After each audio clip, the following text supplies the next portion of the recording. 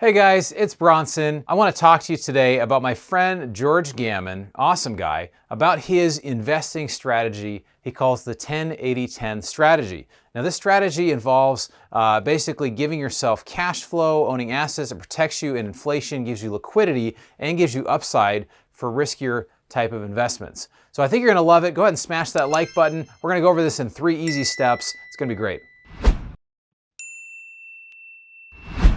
All right, so step number 1, this is George Gammon's 10-80-10 investing rule. So we're gonna check it out. Now real quick, disclaimer, I am not an investment advisor, even though I was in the past, but most importantly, I am not your investment advisor. So these are just my opinions, and this is just for educational purposes, okay? So that's our disclaimer here. But it is really important when it comes to you that you have some sort of strategery, in the words of my friend George W. Bush, that you have some sort of plan of what you're going to do. Because if you don't have a plan, then you're really planning to fail. So a lot of people just go to their investment advisor, say, hey, here's the money, take care of it, do whatever you think's right. And there's not really a lot of a plan, not really much of a plan. So this is different than some traditional types of plans with stocks and bonds, but I think it's really, really compelling. So the 10-80-10 rule says that you have 10% of your investable net worth, you put it into gold, or I would say gold and silver. He loves gold, George loves gold a lot, and there's a lot of reason for that. It's been a monetary it's been tied to monetary, or it's actually been money for 5,000 years.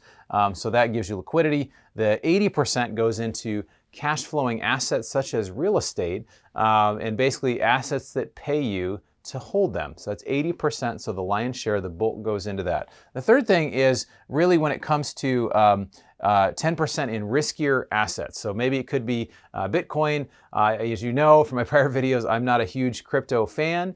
You can see a video I did about crypto up here, but this is basically a place for riskier type of assets to go. We did a little panel about this with George and a couple other experts, and we talked about inflation and just different, where do we put our resources. You can check out that video up here. It was an awesome panel. We got everybody together. But I'm going to get a little more in detail in each of these and kind of why this strategy really works.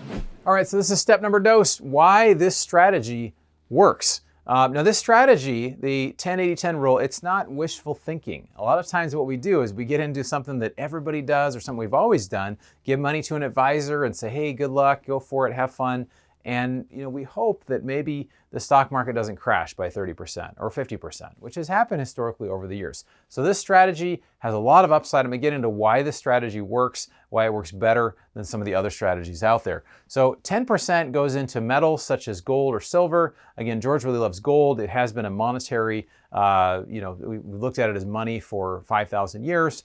And basically it provides 2 things that are really positive. The first is it provides insurance. It's insurance just in case, they print too many dollars.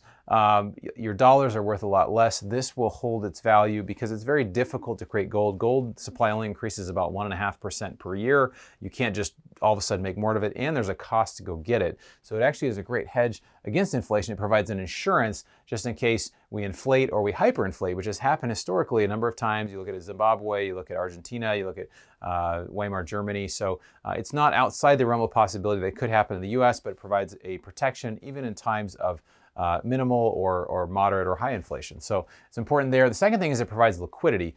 What do I mean by that?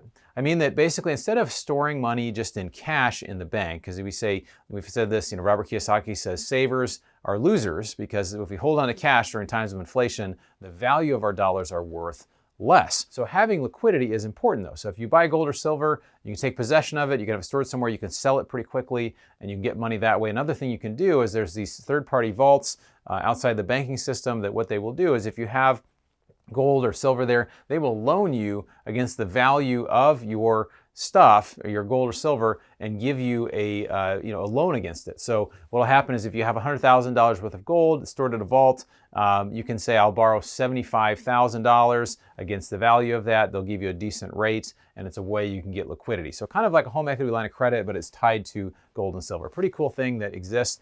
80% that we talked about, this is the lion's share, this is the bulk. 4/5 of what you have invested can go into this. And basically real estate, multifamily real estate, self-storage, other types of assets that really pay you to hold them. And it provides a couple awesome things when you own cash flowing assets. The first thing is it provides a protection against inflation. So as rents rise, costs rise, the value of these properties tends to rise over time. It's not always a one-for-one, but it tends to rise. There's some inflation protection there, and over the long term, that's absolutely true.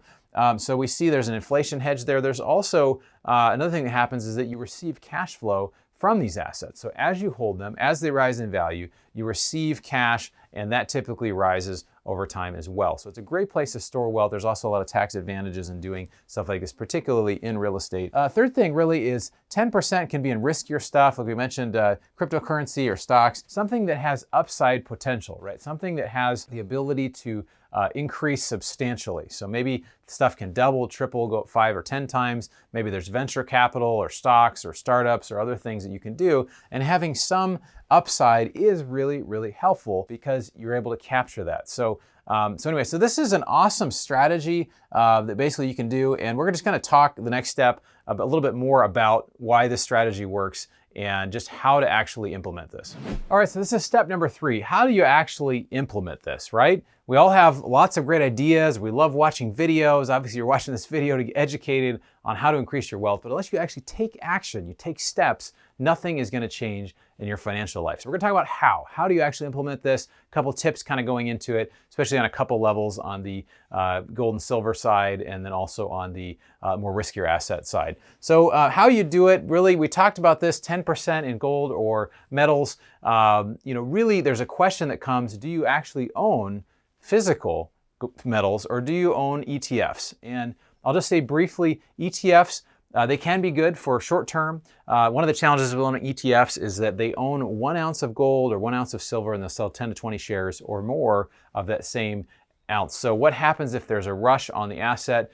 Who gets paid, who doesn't, who gets the asset, who doesn't? So we did an event about precious metals, about some of the different aspects of owning metals. You can check it out up here. We had 3 experts come together, talk about this. It was really, really great. So check that out up here. So that's kind of the first part, the 10%. We talked about the largest portion being 80%.